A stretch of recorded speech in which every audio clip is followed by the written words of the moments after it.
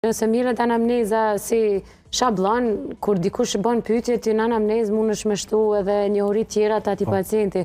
Këtë rast, unë mujë mës me di që kam apne, po munde me të orientu çfarë çrregullime kam në mënyrë që ti me më drejtu te apneja.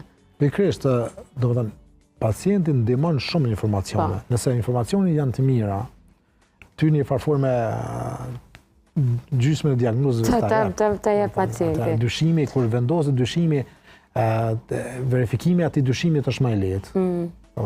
Po shpesh të apnea e gjumit kjo e bën problematike, sepse jep simptomet që nuk janë karakteristike. Për shembull, se e krahasoj me astmën është mati, pioneri thotë kam koll, kam frymëzanje, edhe na di që mund të qenë astma ose bronkiti. Po te kjo është shumë jo tipike, do të jam lodhi, kam dhimbje koke, edhe ai shpesh shkon te neurologu. Kam lodhje, shkon merr vitamin D ose merr suplemente të shtrajta pa nevojë